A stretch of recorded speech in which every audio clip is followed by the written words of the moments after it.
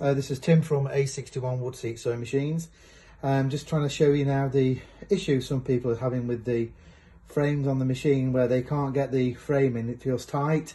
The springs on these machines are quite tight, obviously, to keep the frame secure, as the frames are quite large. So this one's brand new, this one's fine anyway, and it's just the spring mechanism that makes the hoop tight.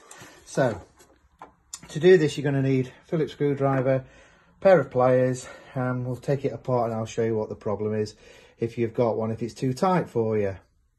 Okay, right, so the first thing we're going to do is take this arm off and take this grey plate off so we can get to the springs, and you can see why they might be tight. So if you turn your embroidery unit upside down, you'll find that you have one screw in this plate here, so you'll need to take that Phillips screw out there. This then simply slides back towards you and will lift off. On the other end of the embroidery unit, you've got another Phillips screw. You just need to release that one. Don't take it off, just release it and leave it so that it's loose. Now you're in that position, this will now lift up and slide to the other side and come away. It simply locates onto this little peg here that goes into this groove. There's a peg in the back of the embroidery unit there. So we'll remove that. Now we've got it into this position, we need to remove this Phillips screw on top of the grey cover. So simply take this one out. On the other end of this grey cover, like the arm, there's another one there that just wants releasing. Don't take it out, simply release it. Now you can simply lift the cover up and off. Now, if I tilt it up, we can see the springs what hold the embroidery unit in the frame in place. So if I just get a frame.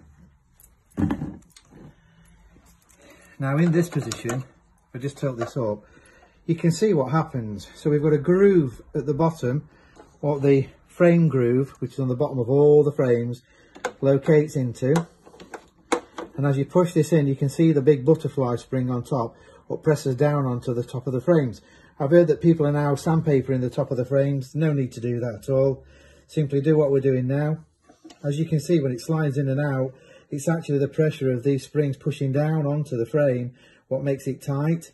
So if it's too tight for you and you're in this position, all you need to do is get a pair of pliers and simply put the pliers onto the butterfly springs and simply squeeze them together, squeeze them up a little bit just to relieve that tension on the top of the frame. You don't need to go far at all.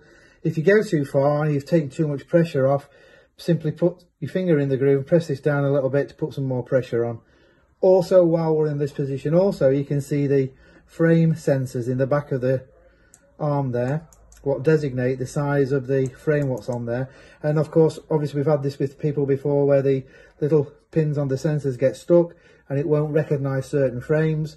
And again, in this position, what we'd normally do is put your finger in the groove and run it through with the covers on, but now you can see quite simply how it works.